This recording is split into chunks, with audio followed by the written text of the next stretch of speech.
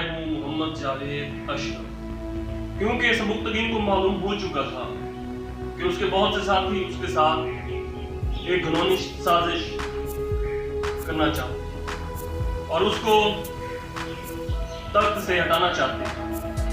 सबुक्तगीन ने दरबार मुनक़िद किया और तमाम से कहा कि आइंदा के बाद कोई भी शख्स मेरी सल्तनत में ना तो रक्स की महफिल सजाएगा और ना जुए की और ना ही दूसरी शराबों की महफिल सजाई जाएगी। अगर कोई शख्स या अमीर ये महफिल अब सजाएगा तो मैं उसे इबरत का निशान बनाऊंगा और उसको ऐसा इबरत का निशान बनाऊंगा कि आने वाली नस्लें मंजर को देखकर खौफज़दा हो जाएंगी। तो दरबार में सन्नाटा छा गया। सरदार तबरेज के चेहरे पर बहुत से रंग आते जा रहे थे। सुल्तान सबुक्तगीन ये तमाम मंजर देख रहा था क्योंकि तबरेज का चेहरे पर बहुत से परेशानी के निशानात नुमायां हो रहे थे क्योंकि सरदार तबरेज एक मक्कार और अयाश परस्त इंसान था।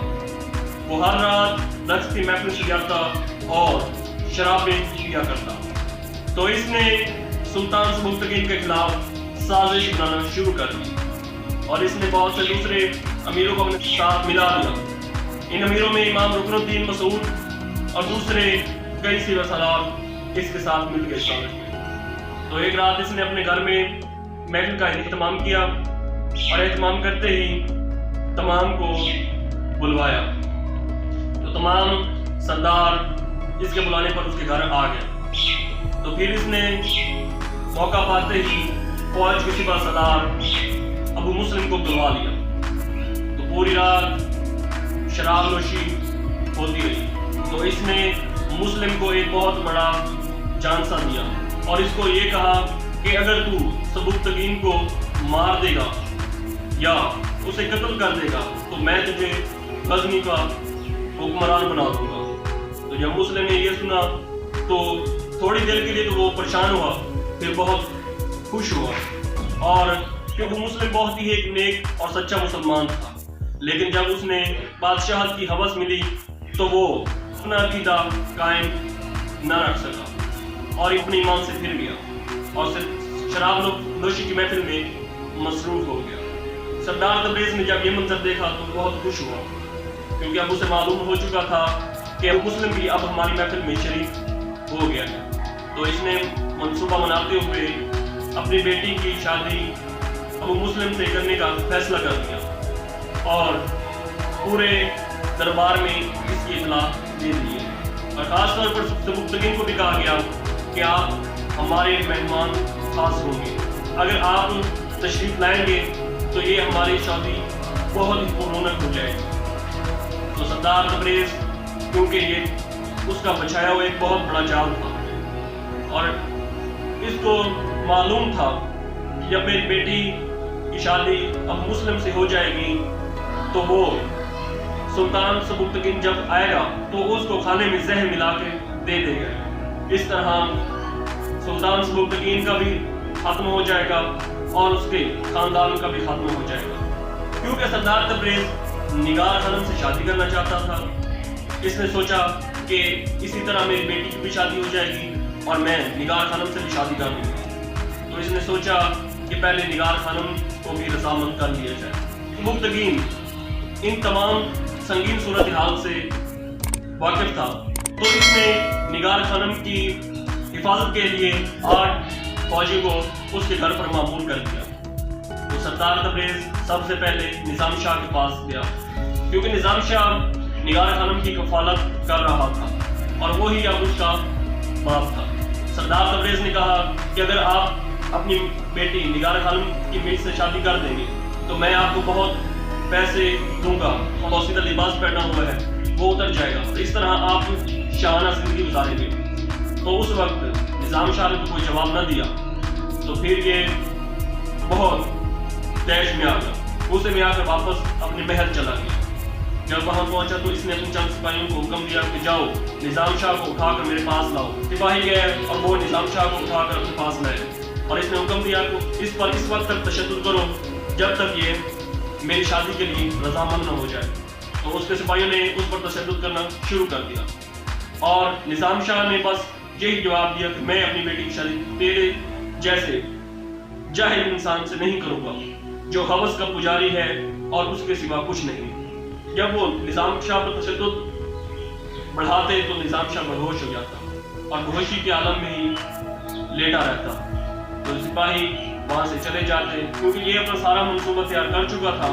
तो इसकी अब कोशिश थी कि निगार खान को उठाया जाए और उसको अपने महल में लाया जाए। लेकिन अल्लाह के वली की करामत ऐसी थी कि जब भी तबरेज़ अपने सिपाहियों के साथ उसके घर पर जाता तो उससे वहाँ पर बहुत से सिपाही नजर आते हैं जो बेनियाम तलवारें लिए हुए उसके घर के पहरा दे रहे होते। तो सरदार तबरेज़ इसी तरह वापस अपने घर लौट आता और वो बस यही सोचता कि बाद सुल्तान सबुक्तगीन तो बहुत ही कम अकल इंसान है, इसने तो अपनी सारी फौज निगार खानम की निगरानी पर लगा दी है, लेकिन इसको तो हकीकत मालूम भी नहीं थी। इसी तरह शादी का दिन भी आ गया।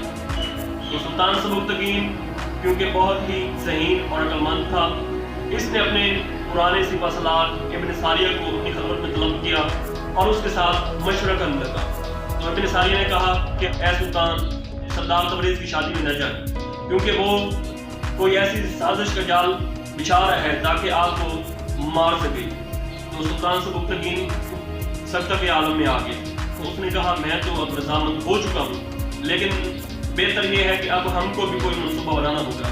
तो इब्न सारिया ने सुल्तान सबुक्तगीन से कहा आप जब वहाँ जाएं तो वहाँ पर किसी के हाथ से खाना ना खाइए, ना पानी पिए और ना ही कोई चीज़ खाइए और अपने साथ 50 सिपाही लाजमी ले जाइए और अपने खानदान के किसी भी खवातीन को साथ न ले जाइए और पालकियों में सिर्फ खवातीन की बजाय सिपाहियों को ले जाइए और मौका पाते ही अबू मुस्लिम पर हमला आवर हो जाइए। तो इसी तरह सुल्तान ने इब्न सारिया की नसीहत सुनी और उस पर अमल पैरा हुआ क्योंकि अबू मुस्लिम के बहुत से सिपाही थे जो उस कदम भरते थे।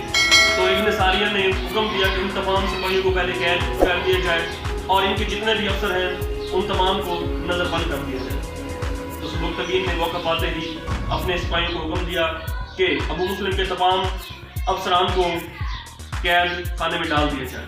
तो उन्होंने बड़ी तैयारी से काम लेते हुए उन तमाम सिपाहियों को कैद में डाल दिया और सबुक्तगीन शादी के लिए रवाना हुआ। जब वो अबू मुस्लिम के घर पहुंचा तो अबू मुस्लिम क्योंकि तलवार लेकर नहीं आया था और ना ही असले में कोई सामान पहना हुआ था। अब उसे बस यही पूछी थी कि सबुक्तगीन आ गया है, अब वो इसको आसानी से मार देता। तो सबुक्तगीन को तो सब कुछ मालूम हो चुका था कि ये मेरे खिलाफ एक बहुत बड़ी साजिश है, इसलिए वो भी पूरे इंतजाम से आया। सबुक्तगीन अबू मुस्लिम के साथ चलता हुआ उसके घर में आया। उसके घर पहुंचकर ही जब वो बैठा तो अबू मुस्लिम ने पूछा कि ऐ सुल्तान, आपके खानदान की खवातीन अब नहीं आई। तो उसने कहा कि मैं अब पहुंच गया हूँ, वो मेरे पीछे अभी थोड़ी देर में पहुंच जाएंगे। तो थोड़ी ही देर गुजरते बाद पालकियाँ आना शुरू हो गई जो तकरीबन कमोबेश 60-70 थी। उन तमाम पालकियों में खवातीन तो नहीं थी लेकिन सिपाही मौजूद थे जो पूरे हमले के लिए तैयार थे।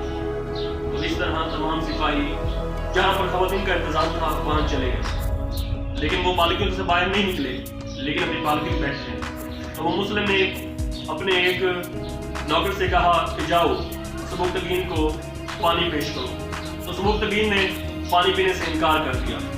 तो सबुक्तगीन ने वो पानी लेते हुए कहा कि ऐ मुस्लिम, ये तेरे लिए बहुत शर्म की बात है कि ये पानी तू मेरे हाथ से पिए। अब वो मुस्लिम को तो मालूम था कि ये पानी जहर शुदा है और जहरलूद है, तो उसने उस वक्त पानी ना पिया। उसने कहा कि ऐ सुल्तान, मैं इस काबिल कहाँ कि आपका गिलास पानी का मैं पीऊँ। तो सुल्तान ने बहुत इसरार किया। वो मुस्लिम ने कहा कि मैं ये पानी नहीं पीऊँगा। सुल्तान सबुक्तगीन ने वो पानी उस मुलाजिम को दे दिया जिसने सबुक्तगीन को पानी पेश किया था। मुलाजिम ने कहा कि ए अली जान, मेरा मर्तबा कहाँ और आपका मर्तबा कहाँ। तो सबुक्तगीन ने कहा कि बहुत ही बड़ी बात है कि मैं तुम्हें पानी पेश कर रहा हूँ। तो उसने बेधड़क पानी पिया और पीने लगा। तो थोड़े ही اونٹ اس کے حلق میں اترے ہی تھے کہ اس کا حالت بدلنے لگی اور وہ نیچے گر گیا۔ سلطان سبکتگین کیونکہ پورے انتظام ساتھ آیا تھا تو اس نے شاہی طبیب کو حکم دیا کہ جلد سے جلد اس ملازم کو بچایا جائے۔ ابو مسلم اس وقت سارا منظر دیکھ رہا تھا تو وہ وہاں سے بھاگ کھڑا ہوا۔ تو سلطان سبکتگین نے اپنے سپاہی کو حکم دیا کہ جاؤ ابو مسلم کو گرفتار کر کے لاؤ۔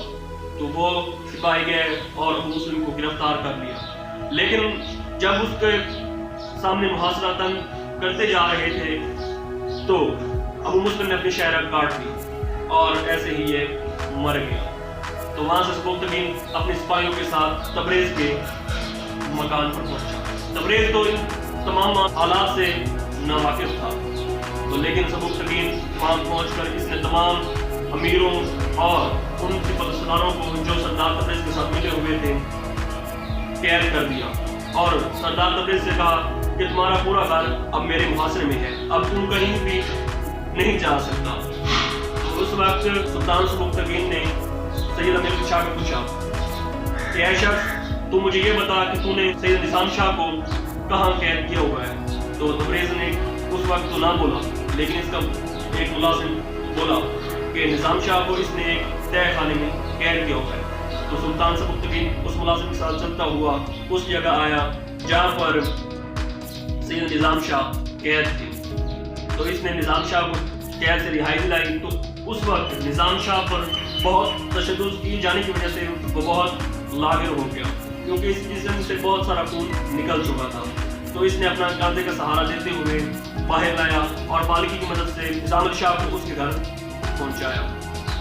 تو ایک دن پھر اس نے دربار منعقد کیا اور چیف جسٹس کی طرف مخاطب ہوتے ہوئے سلطان سبکتگین نے کہا کہ اب یہ میرا مقدمہ آپ لڑیں گے۔ سردار تبریز نے بہت سے مسلمانوں کو مارا ہے اور ابو مسلم جو کہ ایک بہت بڑا عیار اور مکار سپہ سالار نکلا ہے، اس نے ہمارے بہت سے سپاہیوں کو ان کے عہدوں سے ہٹا کر اپنے سپاہیوں کو ان عہدوں پر لگا دیا تھا، لیکن رب کا بہت لاکھ لاکھ شکر ہے کہ اس نے مجھے اس بڑی سازش سے بچا لیا۔ تو چیف جسٹس نے فیصلہ سناتے ہوئے کہا کہ سردار تبریز کو گلیوں میں پھرایا جائے اور اس کا منہ کالا کر کے ان لوگوں کو بتایا جائے کہ یہ غزنوی کا ایک بہت ہی جاہل انسان ہے جس نے امیر کے خلاف بہت بڑی انہوں نے سازش کی ہے اور یہ امیر کو مارنا چاہتا ہے۔